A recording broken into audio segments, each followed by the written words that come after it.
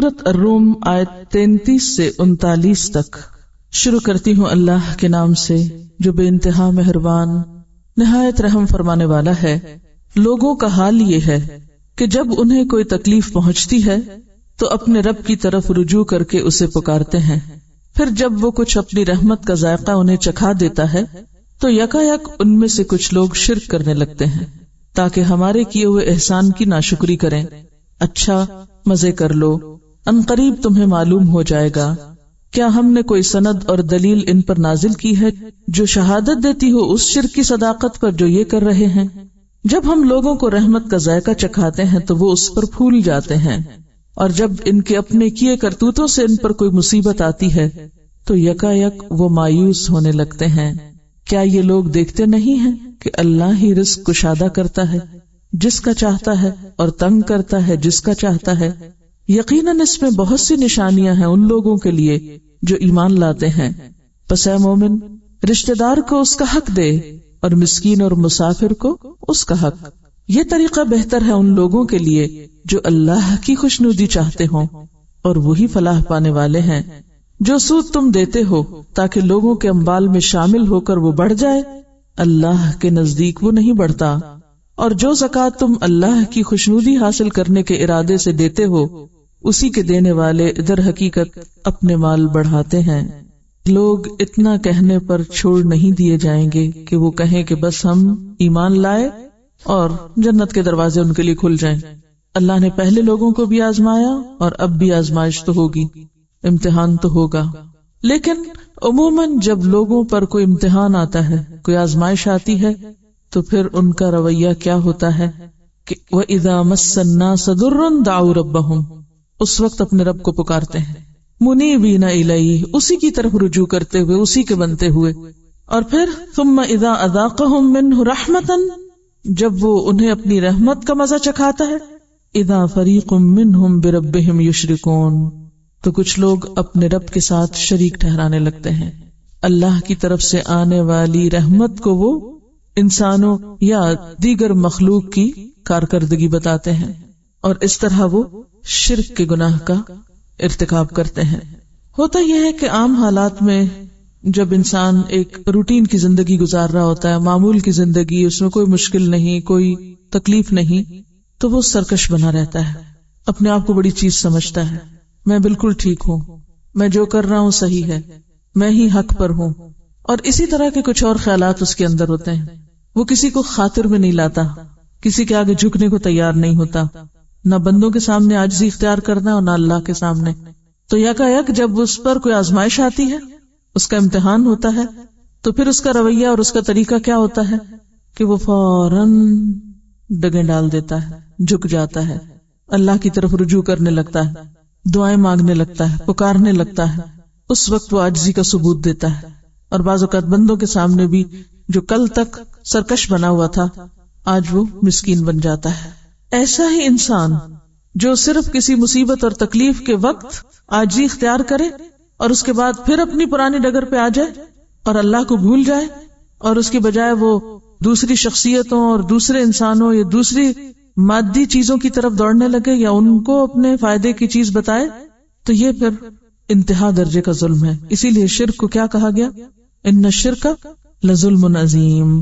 اور یہاں انسان کی حماقت اور اس کی ناسمجھی کی بات بھی کی گئی ہے کہ پھر پرانی سرکشی اور پرانی ہے تمرد اور اکڑ اور بد اخلاقی پر پھر اتر آتا ہے، لیکفروا بما آتیناہم، تاکہ وہ کفر کریں اس کا، یعنی اس نعمت کا جو ہم نے ان کو دی، یعنی ناشکری کریں، یہاں کفر بمانا ناشکری۔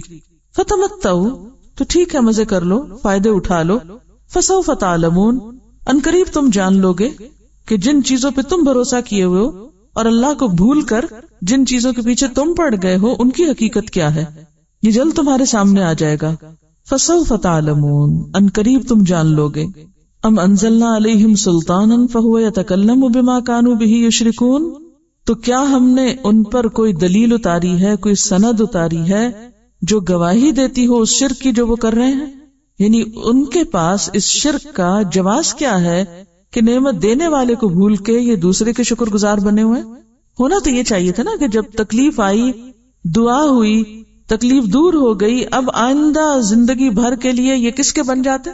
اپنے رب کے بن جاتے. یہی شکر گزاری ہے، یہی اس تکلیف سے نکلنے کے بعد شکر گزاری کا رویہ ہے. لیکن جب وہ ایسا نہیں کرتے، پھر اس کو چھوڑ کر دوسروں کی طرف متوجہ ہو جاتے، تو اس کو بھول کر، اس سے غافل ہو کے کسی اور کی طرف متوجہ ہونا ہی دراصل یہاں شرک کا معنی رکھتا ہے.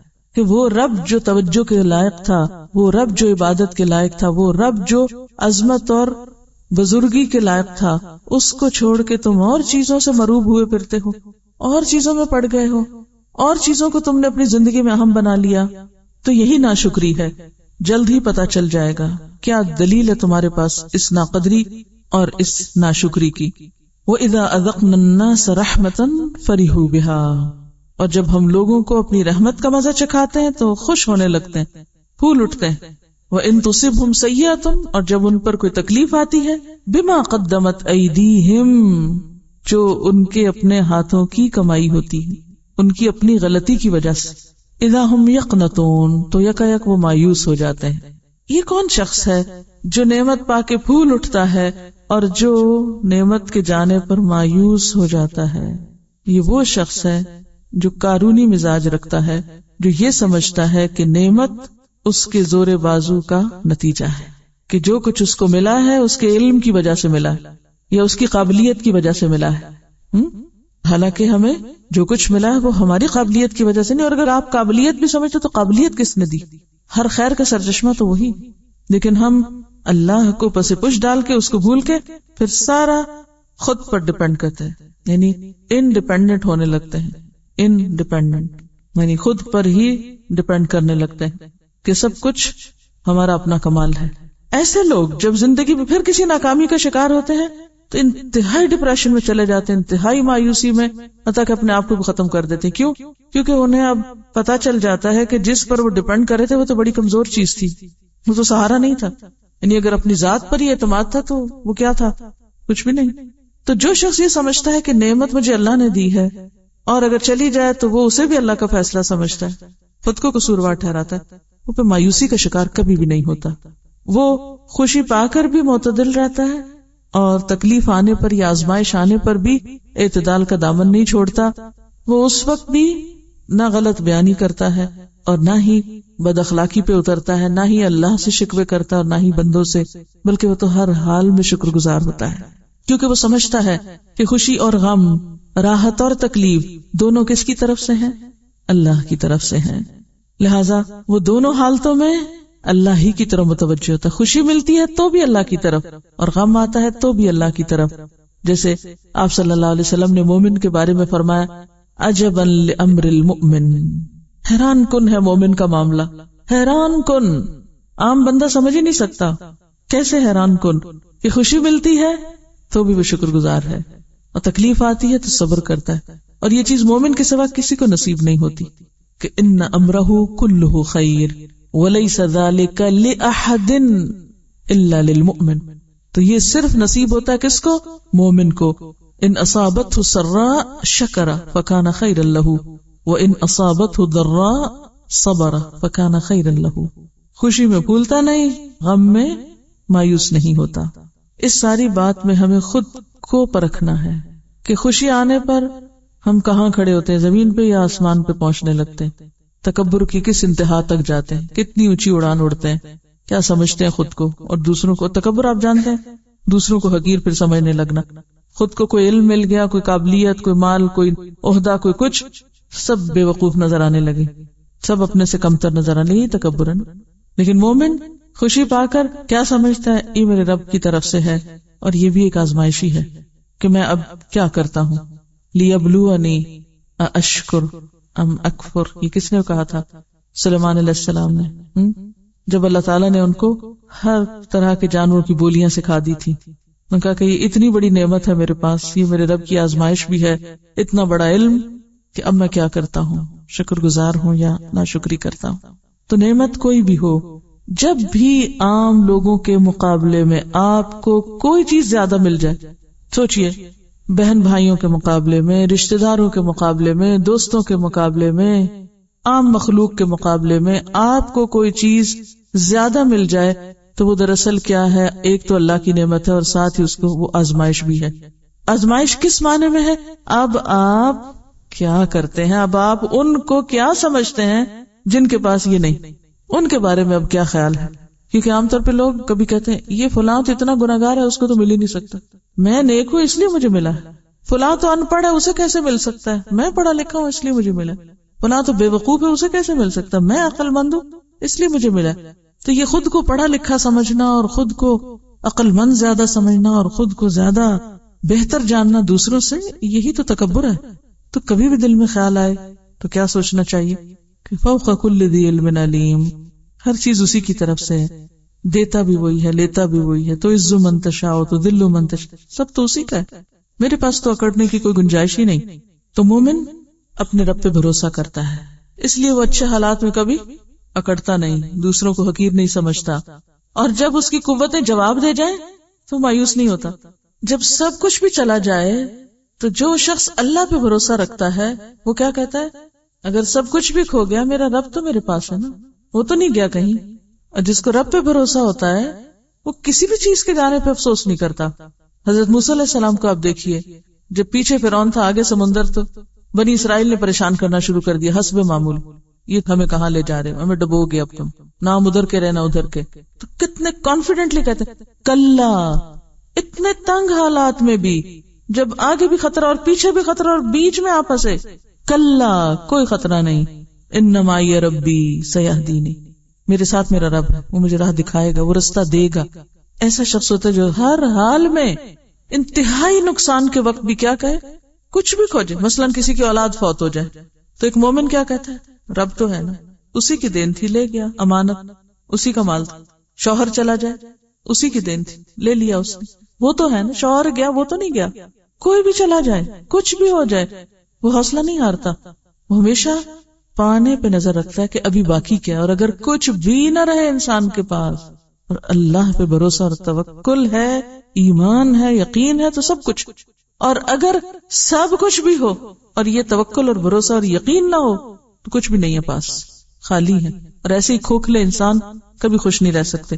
اولم یرو، انہوں نے دیکھا نہیں، ان اللہ یبسط الرزق لمن یشاء ویقدر، رزق کی تقسیم تو اللہ کے ہاتھ میں ہے، جس کا چاہتا ہے بہت فراخ کر دیتا ہے، جس کو چاہتا ہے نہ پتلا دیتا ہے. یعنی اگر اس نے کبھی زیادہ بھی دیا تو اسی کا دیا ہوا تھا، اور اگر آج اس نے لے لیا تو بھی اسی کا کرم. ایک پیراگراف آپ کو سناتی ہوں. ایک شخص اچھے خاندان میں پیدا ہوا، بعد کو اس کے حالات خراب ہو گئے، معاشی اعتبار سے وہ بالکل مفلس ہو کر رہ گیا. اچھے حالات تھے پھر سب کچھ چلا گیا. اس زمانے میں اس کے تمام دوست اور رشتہ دار اس سے جدا ہو گئے، کوئی اس کا نہ رہا، نہ کوئی سلام، نہ ملاقات، نہ کلام، کوئی تعلق والا نہیں تھا. پھر وہ وقت آیا کہ اس کے حالات بدل گئے، وہ اپنی بستی کا سب سے زیادہ خوشحال آدمی بن گیا. اب اس کے پرانے دوست پھر واپس آنے لگے، رشتہ دار بھی پاس آنے لگے، سلام دعا کرنے لگے، اور وہ اس کو بول بول کے یقین دلاتے تھے ہم تمہارے بڑی خیر خواہ تھے، ہم تمہیں کبھی نہیں بھولیں. مگر آدمی پر ان لوگوں کی باتوں کا کوئی اثر نہ ہو کیونکہ وہ تجربہ کر چکا تھا. اس نے ان میں سے کسی کی طرف کوئی توجہ نہ دی. البتہ ایک شخص جو ہر حال میں اس کا ساتھی بنا رہا، جس نے اس کو نہیں چھوڑا تھا، اس کو اس نے بہت بڑے پیمانے پہ نوازا اور اس کو اس نے اپنا قریبی ساتھی اور مشیر بنا لیا. یہی معاملہ اللہ تعالیٰ کا ہے. اللہ تعالیٰ کے ہاں قابل قدر وہ ہے جو ناموافق حالات میں قابل قدر ہونے کا ثبوت دے. سب کچھ چھن جائے مگر اس کا اپنے رب پہ کوئی شکوہ نہ ہو، وہ اپنے دکھوں کی داستان سناتا نہ پھرے، وہ کہے سب کچھ ہے الحمدللہ. اصل شکر گزاری کیا ہے؟ یہ نہیں کہ سارے دکھ سنا کے اللہ کے شکوے کر کے پھر کہا الحمدللہ بالکل ٹھیک ہے، جس حال میں بھی رکھے، یہ تو شکر گزاری نہیں. تو اصل شکر گزار کون ہے؟ قابل قدر کون ہے؟ جو ناموافق حالات میں قابل قدر ہونے کا ثبوت دے. جب سب بھاگ رہے ہوں وہ جمع رہے، جب سب چھوڑ رہے ہوں وہ پکڑے رکھے، یعنی اللہ کی ذات کو. جب سارے سہارے ٹوٹ جائیں تو بھی وہ اپنے رب کا وفادار بن کے رہے.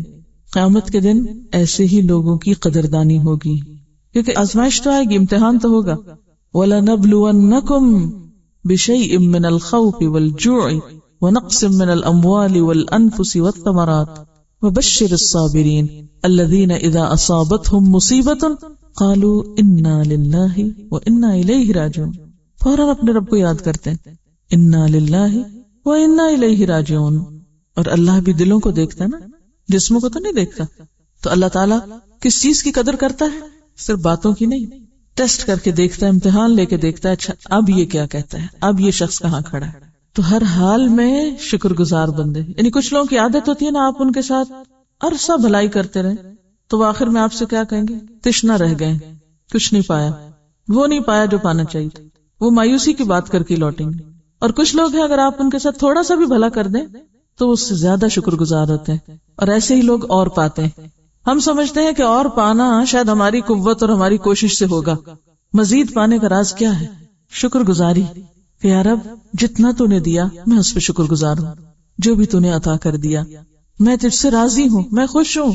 بول کے تو دیکھیں کسی وقت تنہائی میں بیٹھ کے اللہ کے ساتھ، کیونکہ ہم تو ہر وقت روتے رہتے ہیں، یہ نہیں ہے وہ نہیں ہے وہ نہیں. اللہ تعالیٰ کو کتنا غصہ آتا ہوگا کہ اس کو نہیں دکھائی دیتا کیا کچھ ہے اس کے پاس، بھول گیا ان ساری نعمتوں کو جو اس کو ملی ہیں. دیکھیں نا، ماں باپ جیسے بچوں کو سب کچھ دیتے رہتے ہیں نا اپنا، اور اگر بچے بڑے کو یہ کہتے ہیں آپ نے ہمارے لیے کچھ نہیں کیا، اس سے زیادہ تکلیف کی کیا بات ہوگی ماں باپ کے لیے کہ آپ نے ہمارے لیے کچھ نہیں کیا.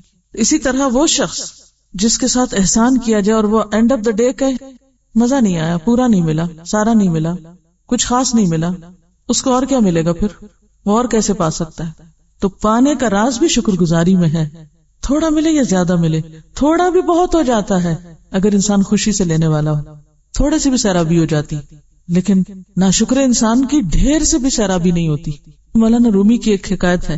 مولانا رومی کی حکایات بہت عمدہ حکایات ہیں. ہمارے والد نے وہ حکایات ہمیں سبکن پڑھائیں جب بہت ارلی ایج میں اسکول گوئنگ تھے. بہت چھوٹے چھوٹے قصے ہیں اور اس میں بہت زیادہ حکمت کی باتیں. اب تو ایسی باتوں کو ہم بیکار چیز سمجھتے ہیں، لیکن اتنی زبردست تربیت کی چیزیں ہیں اس میں. گلستان اور بوستان جو ہے سعدی کی، وہ بھی. تو مولانا رومی کہتے ہیں کہ ایک ملاح اور ایک عالم ایک کشتی پر تھے، اور اس سے مراد خدا نخواستہ کسی عالم کی کوئی توہین مقصود نہیں، اس لیے ذہن صاف رکھ کے سنیے، کیونکہ بعض اوقات ہمیں اپنے علم کا بھی اتنا احساس ہو جاتا ہے نا کہ ذرا سی بھی کوئی بات کرے ہم فوراً اس کو اپنے خلاف لینے لگتے ہیں، شاید ہمارے بارے میں کچھ کہا جا رہا ہے. تو کشتی پہ دونوں بیٹھے، ملاح کشتی چلا رہا تھا. تو عالم پوچھتے ہیں ان سے کہ ہاں بھی میاں تم نے کبھی کوئی سرپناہ پڑھی؟ کہا کہ نہیں. کہا تمہاری تو آدھی عمر ہی ضائع ہوگی، کیا سیکھا تم نے اب تک؟ تھوڑی دیر آگے گئے تو کشتی ڈولنے لگی. تو ملاح نے پوچھا مولانا آپ نے تیرنا سیکھا ہے؟ کہا نہیں تیرنا تو نہیں سیکھا. کہا آپ نے تو اپنی ساری عمر گنوا دی. تو بعض اوقات ہم صرف نحو پڑھ کے، گرامر بہت اچھی پڑھ کے ہم کیا سمجھتے ہیں جو ہمیں علم ہے وہ تو کسی اور میں ہے نہیں. آپ کو کیا پتا کہ غریب ملاح کسی اور فن کا ماہر ہے. تو یہ جو بات میں بار بار کر رہی ہوں نا کہ کبھی اپنے علم پر نازاں نہ ہو کہ جو ہم نے سیکھ لیا یہی حرف آخر ہے. معلوم نہیں کس کے پاس کتنا ہے جو انسانوں کے لیے کتنے فائدے کا ہے. تو کچھ بھی آپ کو ملے تو اصل حسن علم کا کیا ہے، اس کے ساتھ عاجزی ہی رہے، جھکاؤ ہی رہے، کیونکہ پھلدار درخت ہمیشہ جھکے ہوئے ہوتے ہیں اور یہی علم کی پہچان ہے. تو بہرحال بات یہ ہے کہ اگر انسان کو یہ یقین ہو جائے کہ رزق تو اللہ کے ہاتھ میں ہے اور یہ اسی کی تقسیم ہے، کسی کو زیادہ دیتا ہے کسی کو کم. اگر آج مجھے زیادہ ملا ہے تو اس میں میرا تو کوئی کمال نہیں، وہ جب چاہے لے بھی سکتا ہے. ان فی ذلک لآیات لقوم یؤمنون، یقیناً اس میں نشانیاں ہیں ایمان لانے والوں کے لیے. تو کرنے کا کام ہے کہ جب زیادہ ملے تو کیا کریں پھر؟ فآت ذی القربى حق، شیئرنگ، رشتہ داروں کو ان کا حق دیں. مومن کی پہچان کیا ہے کہ وہ اپنے مال کو اللہ کی رضا میں خرچ کرتا ہے، اور اس میں سب سے پہلے اس کا آغاز نیکی کا یا ابتدا کہاں سے ہوتی ہے؟ اپنے رشتہ داروں سے، اپنے قریب والوں سے. والمسکین، اور پھر سوسائٹی کے دوسرے ضرورت مند، وابن السبیل، اور مسافر. ذالک خیر للذین یریدون وجہ اللہ، یہ طریقہ ان لوگوں کے لیے بہت اچھا ہے جو اللہ کی رضا چاہتے ہیں. اس میں اگر آپ وہ حضرت ابوبکر کی مثال شامل کر لیں کہ جب وہ کمزور اور مسکین غلاموں کو آزاد کیا کرتے تھے تو ان کے والد نے ایک دن ان سے کہا بیٹا اگر کرنا ہی ہے آزاد تو کوئی نوجوان اور طاقتور غلاموں کو آزاد کرو کہ آزاد ہو کے کل تمہارے کسی کام تو آئیں. ان کو آزاد کر رہے تمہیں اس میں کیا فائدہ ہو؟ تو انہوں نے کیا کہا تھا کہ میں یہ اللہ کی خاطر کر رہا ہوں. قرآن پاک میں آتا نا کہ وما عنده من نعمت تجزا الا ابتغاء وجه ربه الاعلى ولسوف يرضى. تو جو وجہ ربہ الاعلی چاہتے ہیں، للذین یریدون وجہ اللہ، جو خالصتاً اللہ کے لیے نیکی کرتے ہیں، وَأُولَئِكَ هُمُ الْمُفْلِحُونَ، یہی لوگ اصل میں پھر کامیاب ہونے والے ہیں. لیکن اس کے برعکس عام لوگوں کا طریقہ کیا ہوتا ہے؟ وہ اس جگہ تو خرچ نہیں کرتے جہاں ضرورت ہوتی ہے اور جہاں اللہ کی رضا ہوتی، اس جگہ کرتے جہاں سے ریٹرن کچھ آنا ہو۔ وہ وجہ اللہ چھوڑ کے حقیر فائدوں کا بزنس کرتے نہیں، اس کا ریٹرن چاہتے۔ اب دو طرح کے لوگ ہیں، ایک وہ جو وجہ اللہ چاہتے ہیں، اللہ کی توجہ، اللہ کی رحمت، اللہ کی محبت، اس کا قرب چاہتے ہیں، اس لیے وہ مال خرچ کرتے ہیں، اس لیے وہ کسی کو دیتے، نو ریٹرن، کچھ بھی واپس نہیں چاہیے ان کو۔ اور دوسرے وہ لوگ ہیں جو اس لیے دیتے ہیں تاکہ زیادہ حاصل کر سکیں، جیسے وہ قرآن پاک میں بھی آتا ہے نا، سورۃ المدثر، ابتدائی دور کی جو تعلیمات تھی، بیسک جو ایتھکس کی باتیں ہیں، وَلَا تَمْنُن تَسْتَكْثِرْ، احسان اس لیے نہ کرو کہ اور زیادہ لے سکو۔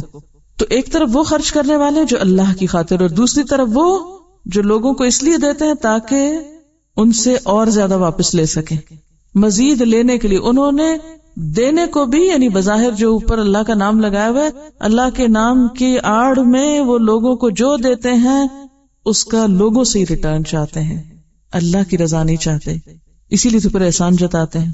وَمَا آتَيْتُم مِّن رِّبًا، اور جو تم دیتے ہو ربا میں سے، لِيَرْبُوَ فِي أَمْوَالِ النَّاسِ، کہ وہ لوگوں کے مال میں بڑھ جائے، فَلَا يَرْبُو عِندَ اللَّهِ، تو وہ اللہ کے ہاں نہیں بڑھتا۔ اس کا کیا معنی ہے؟ ابن عباس اور متعدد صحابہ اور تابعین کہتے ہیں کہ اس آیت میں ربا سے مراد سود نہیں بلکہ وہ ہدیہ یا تحفہ ہے جو کوئی غریب آدمی کسی مالدار کو، یا ایک عام شخص کسی حکمران کو، ایک خادم اپنے آقا کو یعنی مخدوم کو اس نیت سے دیتا ہے کہ اس کے دینے کے بدلے مجھے زیادہ ملے گا، یعنی یہ تحفہ میں اس لیے دے رہا ہوں تاکہ اس سے بڑا ریٹرن میرے پاس آئے۔ تو پھر وہ دیتا بھی وہاں ہے جہاں سے بڑا آتا ہے، وہاں نہیں دیتا جہاں ضرورت ہے۔ تو اسے ربا سے تعبیر کیا گیا، کیونکہ دینے والے کی نیت کیا ہے، یعنی بظاہر دیکھنے میں اس کو کوئی خرابی علت نظر نہیں آ رہی، بڑا اچھا کام ہے کہ دیکھو ایک غریب شخص کا کتنا بڑا دل ہے، وہ اپنے آقا کو اپنی معمولی سی کمائی میں سے بھی نکال کے لا کے کچھ دے رہا ہے، حالانکہ وہ بظاہر خوبصورت نظر آنے والا کام پیچھے سے بدنیتی پر مشتمل۔ کیا ہے نیت پیچھے؟ اس سے اور نکلوایا جائے۔ تو جو شخص کسی کو بھی تحفہ یا ہدیہ اس نیت سے دیتا ہے کہ یہ تھوڑا دے کے میں اور لے لوں اس سے، تو اس سے مراد پھر وجہ اللہ نہیں ہوا کرتی۔ یخادعون اللہ والذین آمنوا تو ہو سکتا ہے لیکن وجہ اللہ نہیں ہو سکتا۔ وما آتیتم من زکات تریدون وجہ اللہ، اور جو زکات تم دیتے ہو اللہ کی خاطر، اور وہ کس طرح دیتے ہو کہ دایاں ہاتھ دے تو بائیں کو خبر نہ ہو، اپنا آپ اپنا اندر پاک کرنے کے لیے، نہیں ہرس اور بخل سے۔ زکات کا ہی معنی پاک کرنا۔ کس کو پاک کرتی ہے؟ مال کو تو کرتی ہے، انسان کے اندر کو بھی کرتی ہے، اس کے اندر سے بخل اور شح اور ہرس اور لالچ کے جو احساسات یا جذبات ہیں ان کو نکالتی۔ تو فرمایا کہ جو زکات تم دیتے ہو، تریدون وجہ اللہ، اگین تم چاہتے کیا ہو؟ اللہ کی رضا۔ فاولئک هم المضعفون، تو یہی لوگ بڑھانے والے ہیں، زیادہ کرنے والے ہیں، انہی لوگوں کا مال اصل میں بڑھتا ہے۔ کیسے بڑھتا ہے؟ جیسے وہ حدیث ہے نا، حضرت ابو ہریرہ رضی اللہ عنہ کہتے ہیں رسول اللہ صلی اللہ علیہ وسلم نے فرمایا کہ جو شخص خیرات کرے کھجور کے برابر پاک اور حلال کمائی سے، اور اللہ تعالیٰ پاک اور حلال ہی کو قبول کرتا ہے، وہ اس کو اپنے دائیں ہاتھ سے قبول فرماتا ہے، پھر پالتا اور بڑھاتا ہے اس خیرات کو خیرات کرنے والے کے لیے، جس طرح کہ پالتا ہے کوئی تمہارا اپنے بچڑے کو، یہاں تک کہ وہ خیرات پہاڑ کی مانند ہو جاتی۔ یہ جو جملہ ہے، اور اللہ صرف طیب ہی قبول کرتا ہے، اس کے بارے میں کسی بزرگ کا ایک واقعہ آتا ہے۔ جو بزرگ یا اللہ والے لوگ ہوتے ہیں ان کی اپنی زندگی میں کچھ تجربات، مشاہدات اور کچھ علم و حکمت کی باتیں اللہ تعالیٰ ان کے اوپر القاء کرتا ہے، اگرچہ وہ شریعت کا درجہ نہیں رکھتی، لیکن ان میں ہمارے لیے بعض اوقات بہت بڑا سبق بھی ہوتا ہے۔ ایک شخص کو صدقہ کرنے کا شوق آیا تو وہ کسی بزرگ کے پاس گیا اور پوچھا کہ مجھے کیا کرنا چاہیے، یعنی میں صدقہ کرنا چاہتا ہوں، مجھے بتائیے کہ میں کیا کروں۔ تو انہوں نے کہا کہ آپ پہلے جا کر اپنے کمائی کو حلال کریں پھر صدقہ کرنے کے لیے آئیں۔ لیکن وہ شخص نہ سمجھے، ان کہا کہ نہیں مجھے صدقہ کرنا ہے۔ کہا کہ اچھا جاؤ کرو صدقہ، اور صدقہ اس طرح کرنا کہ جو بھی پہلا شخص تمہیں ملے تم اس کے ہاتھ پر جو بھی تمہارے پاس ہے وہ رکھ دینا۔ بہرحال وہ باہر نکلے تو ایک نابینا شخص ان کو ملا، بہت ہی محتاج مسکین شکل کا۔ تو چونکہ شیخ کا کہنا یہ تھا کہ جو پہلا شخص نظر آئے اسی کو دے دینا، انہوں نے کہا کہ ان کا حکم ہے اس لیے میں اس کو دے دیتا ہوں۔ اس کو صدقہ دے دیا اور بڑے مطمئن ہو گئے کہ بظاہر ایک مسکین اور ایک ضرورت مند شخص ہے جس کو میں نے دے دیا. لیکن ہوا یہ کہ اگلے دن وہ اس کے پاس سے گزرے تو وہ کسی سے باتیں کر رہا تھا. چونکہ نابینا تو اسے پتہ نہیں تھا کہ پاس سے کون گزر رہا ہے, کیا یہ وہی شخص ہے جس نے کل مجھے صدقہ دیا تھا. تو کہہ رہا تھا کہ کل کسی مالدار شخص نے مجھے اتنا اور اتنا دیا اور میں نے فلاں کے ساتھ رات شراب پی. تو بہت افسوس ہوا. پھر وہ گئے شیخ کے پاس کہ میں نے تو صدقہ کیا تھا تو وہ تو ضائع ہو گیا, وہ تو کسی غلط کام میں لگ گیا.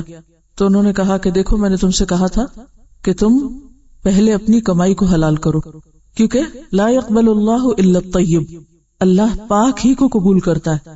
حرام کی کثرت بھی اللہ کو متاثر نہیں کرتی اور نہ ہی اس کو کچھ فائدہ.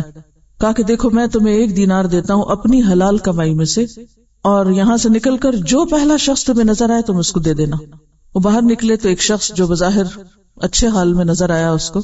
تو ہوا یہ کہ وہ چونکہ شیخ کا حکم تھا, اب پہلے تھوڑا متردد ہوئے کہ اس شخص کو میں دوں, یہ تو کچھ ضرورت مند نہیں لگتا مجھے. بہرحال حکم سمجھتے ہوئے وہ اس کو دے دیا اور اس کا پیچھا کیا کہ یہ کون ہے, کدھر جاتا ہے.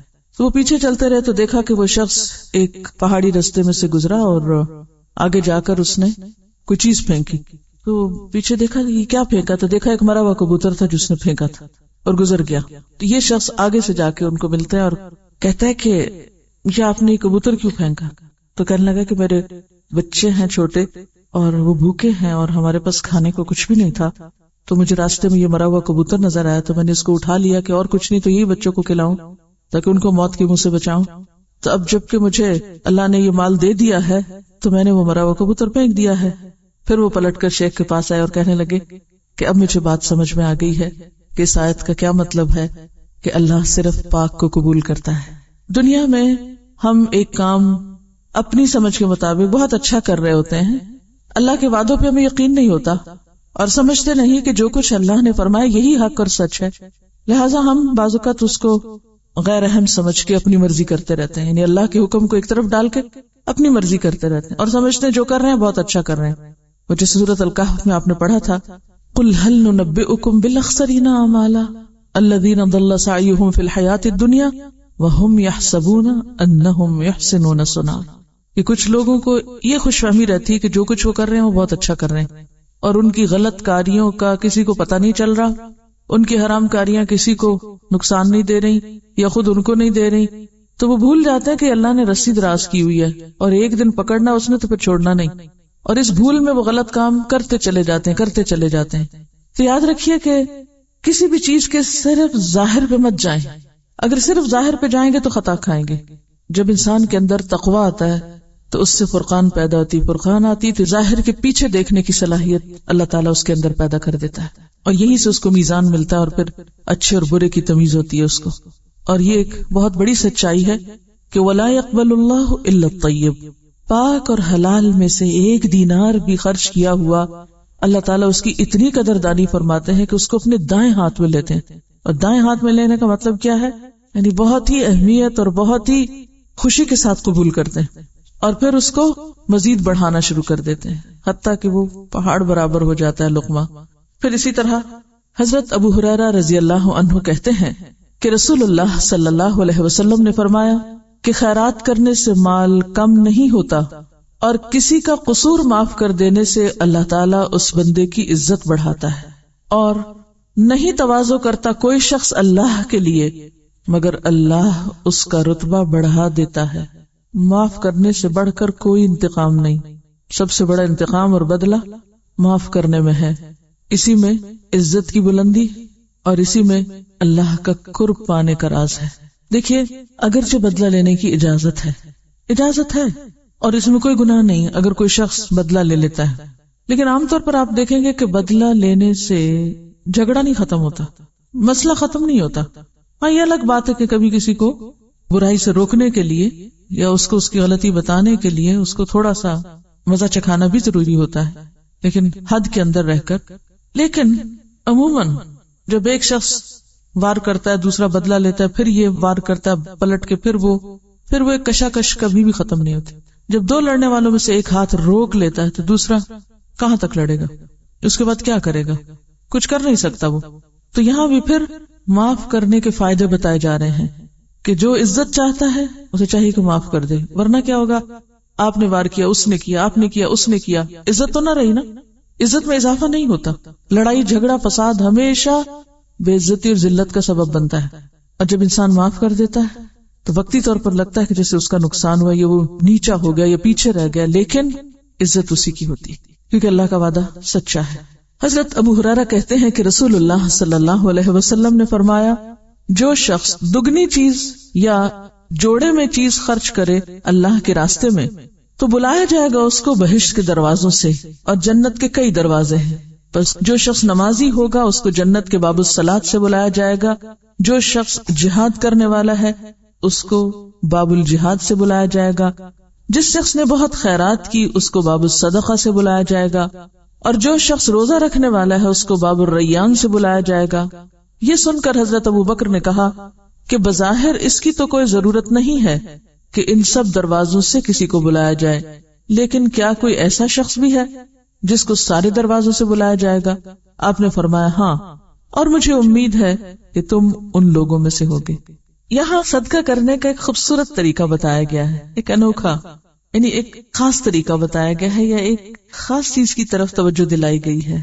ایسی احادیث پڑھ کر اللہ کے رسول صلی اللہ علیہ وسلم پہ بہت ہی پیار آتا ہے کہ ماں باپ بھی اپنی اولاد کو کیا ادب سکھائیں گے، کیا کیا چیز بتائیں گے جو آپ نے بتائیں، اور کن کن چیزوں کی طرف اور چھوٹی چھوٹی باتوں کی طرف بھی آپ نے توجہ دلائی. یعنی صدقہ تو کرنا ہی ہے، لیکن جوڑے میں صدقہ کرو، ایک چیز کی بجائے دو. پیر زوجین کس کو کہتے ہیں؟ پیر کو. مثلاً آپ دیکھیے کہ عام طور پر ہم یہ لفظ زوجین میاں بیوی کے لیے استعمال کرتے ہیں، یہ صرف میاں بیوی کے لیے استعمال نہیں ہوتا. قرآن پاک میں یہ بات واضح کی گئی ہے کہ ہر چیز کو ہم نے جوڑے میں بنایا. اور یہ بات اب ثابت ہو چکی ہے کہ درختوں میں بھی اور پانی میں بھی اور پہاڑوں میں بھی جوڑے پائے جاتے ہیں. ایک کی بجائے دو چیزیں دینا. جب آپ کسی کو صرف ایک چیز دیتے ہیں تو بعض اوقات وہ ایک چیز اتنی فائدے کی نہیں ہوتی جب آپ اس کو دوسری چیز کے ساتھ ملا کے دیتے ہیں. بس آپ نے کسی کو روٹی دے دی، سالن نہیں دیا، تو ٹھیک ہے وہ بےچارا بھوکا ہے، کھا لے گا، خشک روٹی بھی کھا لے گا. لیکن اگر آپ اس کو دو چیزیں ملا کے دیتے ہیں، کمبینیشن دیتے ہیں، تو وہ زیادہ بہتر ہے. اس میں جو چھپی ہوئی چیز ہے وہ دوسرے کی ضرورت کو بدرجہ کمال پورا کرنا بھی ہے. یعنی بدرجہ کمال، ادھوری چیزیں نہیں، بلکہ اتنا تو دو کہ جس سے دوسرا خوش ہو جائے. یعنی محض دینا ہی نہیں بلکہ اچھے سے دینا. تو جو شخص جوڑے میں دے گا اسے جنت کے کئی دروازوں سے بلایا جائے گا، یعنی اس کا درجہ زیادہ ہے. ایک ہے نیکی کا کام کرنا اور ایک ہے مقربین کی صف میں شامل ہونے کے لیے کچھ کرنا. ایک ہوتا ہے کیجول ایٹیٹیوڈ، بس کر لیا جو کر لیا اور اسی پہ مطمئن ہو گئے. اور ایک یہ کہ ہر کام میں حسن، ہر کام احسان کے درجے پہ، ہر کام میں خوبصورتی، پرفیکشن جسے عام زبان میں ہم کہتے ہیں. آدھا کام ادھورا کام ہے اور پورا کام ہے. تو جو شخص کام پورا کرے اس کی جزا بھی کتنی پوری، بہترین. حضرت ابو ہریرہ کہتے ہیں کہ ایک روز رسول اللہ صلی اللہ علیہ وسلم نے دریافت فرمایا کہ تم میں سے کون روزہ دار ہے؟ ابو بکر نے عرض کیا میں. پھر آپ نے پوچھا تم میں سے کون جنازے کے ساتھ گیا؟ ابو بکر نے عرض کیا میں.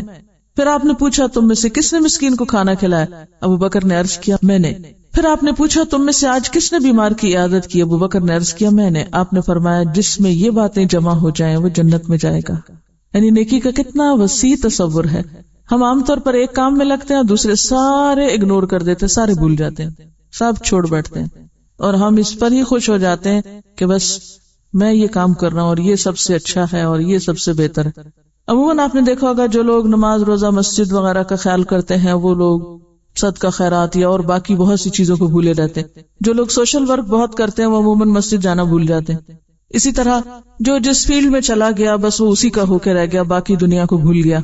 لیکن ایک معتدل انسان جو نیکی کے بہت سے کاموں کو ذہن میں رکھے وہی مقربین میں سے ہو سکتا ہے. تو حضرت ابوبکر کی شخصیت کا بھی یہاں پتہ چل رہا ہے کہ کتنے الرٹ انسان تھے اور ان کی نگاہیں نیکی کے مواقع تلاش کرتی تھی. ہماری نگاہیں کیا تلاش کرتی رہتی؟ یا یہ دیکھتے ہیں کون کیا خرابی کر رہا ہے، کس میں کیا غلطی، کون کیسا ہے. صرف خرابی نہیں، بعض اوقات بلا وجہ کا تجسس. کون کس سے بات کر رہا ہے، کون کہاں گیا، کہاں آیا، کہاں بیٹھا، کہاں اٹھا، بالکل بیکار قسم کی معلومات جمع کرنا جن کا عمل سے اور فائدے سے کوئی تعلق نہیں. یا پھر اور کیا کرتے ہیں، لالچ کی نگاہ، کس سے کیا فائدہ ہو سکتا ہے. یا پھر بس ایسے ہی بے خیالی میں اپنی ہی دنیا میں مدہوش، کچھ بھی نہ سوچنا، ذہنی فرار، جسے عربی میں ذہول کی کیفیت کہتے ہیں. پتہ ہی نہیں، بس ایک طرح کی نشے کی کیفیت ہے، کوئی ہوش نہیں کیا کرنا اور کیا نہیں. اور ایک ہے مقربین کا مقام کہ ان کی نگاہیں، ان کے کان، ان کا دل جاگتا ہے، حاضر ہے، فکر میں ہے کہ کہاں سے کون سی کتنی نیکی کماؤں. یہ وہی کر سکتا ہے جس کو اللہ کے وعدوں پر یقین ہو اور جو اپنے اس دعوے میں سچا ہو کہ وہ اللہ سے محبت کرتا ہے. اور یاد رکھیے اللہ کی محبت بندوں کی محبت کے بغیر نہیں ملا کرتی. اللہ کی محبت کا رستہ بندوں کی محبت سے گزرتا ہے. اس میں آپ دیکھیے جنازے پہ کون جائے گا جنازے پہ؟ کسی جس کے دل میں کسی کا درد ہو. یا تو جنازے پہ وہ لوگ ہوتے ہیں جو رسم دنیا نبھانے جاتے ہیں کہ اگر ہم نہیں شریک ہو تو وہ ہمارے پہ نہیں آئیں گے، یا یہ کہ وہ کیا کہیں گے کہ جنازے پہ نہیں آئے، نام کو دکھاوے کو. یا پھر وہ جائے گا جو خواہ یہ جانتا اور پہچانتا ہی نہ ہو کہ یہ شخص کون ہے، آگے اسے اس سے کوئی غرض نہیں، اسے بس یہ غرض ہے کہ اللہ کا بندہ ہے، یہ کسی تکلیف میں نہ پڑ جائے، کیوں نہ میں اس کے لیے کچھ دعا کر دوں. جس کے دل میں یہ تڑپ ہو کہ مجھے دوسروں کی بھلائی کے لیے کچھ کرنا ہے، وہ جائے گا، وہ آگے بڑھے گا. تب آپ دیکھیے کہ اتباع الجنائز کیا ہے؟ انسانی ہمدردی کا اظہار. دیکھیے کہ اللہ کے رسول صلی اللہ علیہ وسلم کیا بنا کے بھیجے گئے تھے؟ وما ارسلناک الا رحمتا للعالمین، رحمت. اور ہم آپ کی امت کیا بن گئے ہیں؟ للعالمین، جہانوں کے لیے، دنیا والوں کے لیے، انسانیت کے لیے. ہم کیا بن چکے؟ سوائے شور ہنگامے کو اور کچھ آتا ہی نہیں. اگر ہم واقعی آپ کی امت ہونے پہ فخر کرتے ہیں تو ہمیں بھی رحمت، دوسروں کے لیے، نہ صرف یہ کہ ان کی دنیا میں خوشیاں لانے والے بلکہ ان کی آخرت کا بھی بھلا چاہنے والے. کیونکہ مومن کی نگاہ صرف دنیا تک نہیں ہوتی، آخرت میں جیتا ہے. وہ مومن آخرت میں جیتا ہے. تلک الدار الآخرۃ نجعلها للذین لا یریدون علوا فی الارض ولا فسادا. جس کو پتا میں نے آگے جا کے رہنا ہے، وہ جھگڑا بھی ہوگا تو کہے گا 2 دن کی بات ہے، جھگڑنے دو، لڑتا ہے لڑنے دو، ہم تو جا رہے ہیں. یہ نقصان پہنچانے آ رہا ہے، وہ خرابی کر رہا ہے، وہ بھئی جانا ہے نا، کوئی بات نہیں، 2 دن کی تو بات ہے، آگے جانا ہے، کچھ نہیں فرق پڑتا، کر لے جو کسی کا دن ہے. پھر وہ یہاں کے غموں سے بے نیاز ہو جاتا ہے، سارے غم آگے کے لگ جاتے ہیں اس کو. اور جب تک ہمیں آگے کے غم نہیں لگتے اس وقت تک ہم اس دنیا کے غموں سے نکل ہی نہیں سکتے. یہاں رہتے ہوئے یہاں کا عذاب اور آگے کی تیاری نہیں کی تو وہاں تو اللہ ہی حافظ.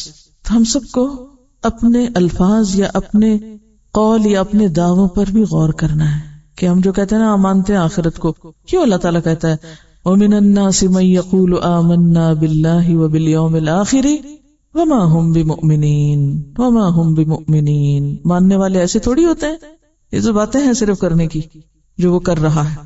تو آپ دیکھیے کہ اللہ کے رسول صلی اللہ علیہ وسلم جہان والوں کے لیے رحمت بن کر آئے. ہمیں بھی اس دنیا والوں کے لیے رحمت بن کے جینا ہے، اپنے وجود کو دوسروں کے لیے باعث رحمت بنائے. اور جس کے دل میں رحم ہوگا، ہو نہیں سکتا کہ اس کے آگے جنازہ پڑا ہوا ہو اور وہ اپنے کسی کام میں لگ جائے. گھر میں بیٹھ کے بھی دعا ہو سکتی ہے، چاہے کوئی جاننے والا ہو یا انجان ہو. عموماً ہم پڑھ کے خبریں بس افسوس کر کے اور چھوڑ دیتے ہیں. تو ایسے میں صرف وہ جنازہ پڑھنے جائے گا اپنا کام چھوڑ کے، اپنی دعائیں چھوڑ کے، اپنی روٹین توڑ کے، جس کے دل میں انسانوں سے محبت، ہمدردی اور پیار ہوگا کہ اس وقت وہ میرا حاجت مند ہے، آج مجھے اس کے کام آنا ہے. اسی طرح مسکین کی بھوک اور دکھ اور تکلیف کون محسوس کرے گا؟ جس کے دل میں انسانوں کی محبت ہوگی، اس کے عمل کی تصدیق اس سے ہوگی کہ وہ مسکین یا ضرورت مند کو کھانا کھلانے والوں میں سے. اور پھر بیمار کی خبرگیری کون کرے گا؟ جس کے دل میں انسانوں کی محبت ہوگی. اب یہاں کوئی اپنی نماز اور کوئی اپنے اور روزے وغیرہ کا ذکر نہیں، سب انسانوں کی خدمت، سوشل ورک اللہ تعالیٰ بندوں کے پاس ملتا ہے. وہ حدیث میں آتا ہے نا، حدیث قدسی میں، کہ اللہ تعالیٰ قیامت کے دن ایک بندے سے فرمائے گا کہ میں بیمار تھا، تو نے میری عادت نہ کی، میں بھوکا تھا، تو نے مجھے نہیں کھلایا، میں پیاسا تھا، تو نے مجھے نہیں پلایا. کہ یا رب العالمین، سب کچھ تو تیرے اپنے ہاتھ میں ہے. تو اس وقت اللہ تعالیٰ کیا فرمائیں گے؟ میرا فلاں بندہ ایسا تھا، تم اس کے پاس جاتے تو مجھے وہاں پاتے. تو ایسے موقع پر بعض لوگ کیا کہتے ہیں، وہ کوئی نہیں آئے تھے ہمارے جنازے میں، ہم بھی نہیں جا رہے، انہوں نے ہمیں نہیں دعوت پہ بلایا تھا، ہم بھی نہیں بلا رہے، وہ ہماری عادت کرنے نہیں آئے تھے، ہم بھی نہیں جا رہے. یہ صرف انتہائی بے حس انسان کہہ سکتا ہے. جو انکنڈیشنل محبت کرنے والا ہو وہ ایسے موقعوں پر اس طرح کی بات سوچ بھی نہیں سکتا. کوئی دشمن ہو یا دوست ہو، اسے اس سے کوئی فرق نہیں پڑتا، کیونکہ دوست کی دوستی میں تو پھر چلے جانا ایک رسم دنیا ہی نبھانا ہے نا. ایسے بیماروں کی خبر لینا کہ جن سے دوستی نہیں، جن سے بنتی نہیں، جو ہمارا خیال کبھی نہیں رکھتے، وہی پھر صرف اللہ کے لیے جانا ہوتا ہے. اور ایسے ہی لوگوں کے لیے جنت، اور ایسے ہی لوگ پھر ہر دروازے سے بلائے جائیں گے. پھر اسی طرح حضرت ابو ہریرہ کہتے ہیں کہ رسول اللہ صلی اللہ علیہ وسلم نے فرمایا عورتوں کو مخاطب کر کے کہ اے مسلمان عورتوں، نہ حقیر سمجھے کوئی ہمسایہ اپنے ہمسائے کو کس میں، ہدیہ بھیجنے میں یا صدقہ بھیجنے میں، اگرچہ وہ بکری کا کھر ہی کیوں نہ ہو. یعنی دوسرے کو دینے کے لیے اگر کوئی بہت بڑی فینسی خوبصورت زبردست چیز نہیں بھی، جو حیثیت ہے، جو توفیق ہے، چھوٹی سے چھوٹی چیز وہی بھیج دو. اس سے کیا ہوتا ہے؟ لین دین سے کیا ہوتا ہے؟ محبت بڑھتی ہے. حضرت ابو ذر کہتے ہیں کہ رسول اللہ صلی اللہ علیہ وسلم نے فرمایا نیکی میں سے تو کسی چیز کو معمولی اور حقیر نہ جان، چھوٹا نہ سمجھو. کیا پتا قیامت کے دن تم اسی ایک نیکی کی وجہ سے جسے تم نے چھوٹا سمجھ کے کیا، اللہ کی بارگاہ میں مقرب ہو جاؤ. اگرچہ تو اپنے بھائی سے بشاش چہرہ بنا کر ملاقات کرے. بعض اوقات انسان تھکا ہوا ہوتا ہے، بعض اوقات انسان غصے میں ہوتا ہے، بعض اوقات انسان خراب موڈ میں ہوتا ہے، تو اس وقت اپنے پہ قابو پا کے پھر ٹھیک ہو کے کسی سے اچھی طرح ملنا، یہ منافقت نہیں ہے، یہ مطلوب ہے کہ میکسیمم جتنا بھی انسان بہتر سے بہتر معاملہ کر سکے کرے، کیونکہ یہ بھی نیکی. حضرت جابر اور حضرت حذیفہ سے روایت ہے کہ رسول اللہ صلی اللہ علیہ وسلم نے فرمایا ہر نیکی صدقہ ہے. کس طرح نیت کے فرق سے جزا میں فرق ہو جاتا ہے. بظاہر ایک جیسا نظر آنے والا کام جزا کے اعتبار سے بہت بڑے فرق، مشرق و مغرب جتنے فرق کا حامل ہو جاتا ہے. اور یہ نیتیں اور یہ چھپے ہوئے دل کے ارادے صرف اللہ ہی کو پتا ہوتے ہیں، بندہ نہیں جانتا. بعض اوقات ایسا کرنے والا خود بھی نہیں جان رہا ہوتا، خود بھی نہیں پتا چلتا اس کو کہ وہ کیا کر رہا ہے. کتنی بڑی انسانی کمزوری کی نشاندہی کی گئی ہے. تو اس خول سے، اس دھوکے سے باہر نکلنے کی ضرورت ہے، اور اپنے آپ کا احتساب کرنے کی ہم سب کو ضرورت ہے. کیونکہ اپنی اصلاح جب تک ہم خود نہیں کریں گے، کوئی ہمارا کچھ بھی نہیں بنا سکتا. دیکھیے اس وقت جو کام میں کر رہی ہوں آپ کے ساتھ، یعنی قرآن کی کچھ آیتیں شیئر کرتی ہوں، اس کی مثال ایسی ہے کہ ایک ماحول، ایک سپورٹ، ایک راستہ آپ کو بتا دیا جائے، باقی جو کرنا ہے وہ آپ کو خود کرنا ہے. یہ بالکل ایسے جیسے ایک کسان ہوتا ہے، وہ بیج اگا نہیں سکتا، کسان نے بیج اگاتا، تو کسان کیا کرتا ہے؟ ماحول بناتا ہے، کوشش کرتا ہے اور محنت کرتا ہے. وہ کھیت تیار کرتا ہے، وہ پانی لگاتا ہے، وہ ہل چلاتا ہے، وہ بیج ڈالتا ہے، لیکن وہ اگاتا نہیں ہے، اگاتا اللہ ہے. بالکل اسی طرح آپ کو تلاوت سنائی جا رہی ہے، آپ کو معنی بتایا جا رہا ہے، آپ کو حدیث بتائی جا رہی ہے، یہ صرف ایک کسان جیسا کام ہے. یہ تلاوت سنا کے ایک زمین نرم کی جائے، پھر اس میں مفاہیم ڈالے جائیں، سو کیا جائے، لیکن اس بیج کو پودا بنانا اللہ کا کام ہے. لہذا اللہ سے مدد مانگتے ہوئے، اللہ پر بھروسہ کرتے، کسی انسان پر نہیں، اللہ پر بھروسہ کرتے ہوئے ہمیشہ اس چیز کی دعا کرتے رہیں کہ جو کچھ اپنی کتاب میں سے اس نے ہمیں دیا ہے، جو ہمارے دلوں میں ڈالا ہے، وہ واقعی پودا بن کے پھل پھول ہمارے اخلاق اور عمل اور کردار کی شکل میں دنیا اور آخرت میں ہمیں دے. پھر اس میں بات یہ ہے کہ زمین تو آپ کی اپنی ہے نا. کوئی کتنا بھی ماحول تیار کرے، اگر زمین ہی خراب ہے، ناکارہ ہے، جیسے قرآن میں آتا ہے نا وَالَّذِي خَبُثَ لَا يَخْرُجُ إِلَّا نَكِدًا، جو خراب زمین ہوتی ہے سوائے بیکار چیزوں کے کچھ نہیں اگاتی. کتنا بھی اچھا بیج ڈالے وہ کچھ بھی نہیں نکلے گا. خراب زمینوں کا پتہ، جن میں کلر ہوتا ہے، پانی زیادہ ہوتا ہے، نمکین ہوتی ہیں، ریت ہوتی ہے زیادہ، بیکار قسم کی، بنجر. تو اپنی اپنی زمین کی اصلاح کی فکر کریں، یعنی اپنے اپنے دل کی فکر کریں. آپ کا دل اچھا ہوگا تو بیج اگانے والا اگائے گا. استاد کا کام اور یہ آپ کے ساتھیوں کا کام صرف آپ کو سپورٹ کرنا ہے. یہ آپ کے لیے کر کچھ نہیں سکتے. کوئی انسان کسی کے لیے کچھ نہیں کر سکتا، اور نہ ہی کوئی کسی کو کچھ بنا سکتا ہے. اور ہمیشہ پڑھاتے وقت یہی سوچیے، کبھی بھی یہ نہ سوچیے کہ میں لوگوں کو ہدایت دے رہی ہوں. انک لا تہدی من احببت، آپ تو صرف ایک کسان ہیں، محنت مزدوری کر رہے ہیں، کرنے والا اللہ ہے، لیکن وہ کس پہ کرتا ہے؟ جو زمین اچھی ہوتی ہے، جو ریسپٹیو ہوتی. اگر آپ ارادہ نہیں کریں گے، آپ نیت نہیں کریں گے، کوئی آپ کے لیے کچھ نہیں کر سکتا. یہ کہتی ہیں کہ جب میں نے صدقے وغیرہ کے بارے میں پڑھا یا نیکی کرنے کے بارے میں، تو میں نے ان لوگوں کو تو دینا شروع کیا جو میری دینی دوستیں تھیں یا اپنے قریب کے لوگ تھے، لیکن جو دوسرے لوگ تھے ان کو میں اتنے شوق سے یا اس طرح نہیں دیتی تھی. تو اس پر ان کو خیال آیا کہ ایسے لوگ اپریشیٹ کرتے ہیں نا آپ کو، قدردانی بھی بعض اوقات کرتے ہیں، شکر گزار بھی ہوتے ہیں. تو وہاں کام کرنا جہاں کوئی پلٹ کے پوچھے ہی نہ، کوئی شکر گزار نہ ہو، کوئی آپ کو خاطر میں نہ لائے، کوئی آپ کے ساتھ بھلائی کرنے کو تیار نہ ہو، یہاں ہے وجہ اللہ. ایک ہے اللہ کا چہرہ، اور دوسرے مقابلے میں شرک کیا ہے؟ بندوں کا چہرہ. بندوں کا چہرہ کیا ہے؟ کوئی کام اس لیے کیا جائے کہ بندے متوجہ ہوں، بندے اپریشیٹ کریں، بندوں کی نظر میں اچھا بن جاؤں، بندوں کے دل میں جگہ پا جاؤں. یہ ہے بندوں کا چہرہ چاہنا یا بندوں کی محبت کا طلبگار ہونا. اور یریدون وجہ اللہ کیا ہے؟ بندوں سے بے نیاز ہو کر ہر اس جگہ دینا جہاں اللہ کی رضا ہو، چاہے کوئی تعریف کرے یا نہ کرے. بہرحال دو چیزیں ہیں. ایک تو حاتم اسم کی ایک بہت ہی خوبصورت بات ہے. حاتم اسم امام احمد کے پاس آئے تو امام احمد نے ان سے کہا کہ مجھے بتائیے کہ لوگوں سے محفوظ کیسے رہا جائے، لوگوں سے کیسے محفوظ رہیں. تو انہوں نے کہا کہ 3 چیزوں کے ذریعے. نمبر 1، ان کو اپنا مال دیں مگر خود ان کا مال نہ لیں، یعنی دینے والے بنے، لینے والے نہ بنے. نمبر 2، لوگوں کے حقوق ادا کریں، اپنے حقوق نہ مانگے. نمبر 3، لوگوں کی اذیتوں پر صبر کریں، خود ان کو اذیت نہ دیں. اگر وہ تکلیف دے جائیں تو صبر کریں لیکن خود ان کو تکلیف نہ پہنچائیں. تو اس طرح تم لوگوں کے شر سے محفوظ رہو گے. اب آپ دیکھیے، مشکل اوقات میں، آزمائش کے وقت اپنے رویے کو دیکھیں، اور کسی کے ساتھ بھلائی کرتے وقت یا کوئی بھی اچھا عمل کرتے وقت اپنی نیت کو ضرور پرکھیں، اپنے اندر کو پہچانیں، خود کو پہچانیں. قرآن ہمیں آئینہ دکھا رہا ہے، ہمیں خود کو دیکھنا ہے اس آئینے میں. اگر خود کو نہ پہچان سکے تو رب کو بھی نہیں پہچان سکتے. اللہ تعالی ہمیں صحیح سمجھ دے. وآخر دعوانا ان الحمد للہ رب العالمین. سبحانک اللہم وبحمدک، نشہد ان لا الہ الا انت، نستغفرک ونتوب الیک.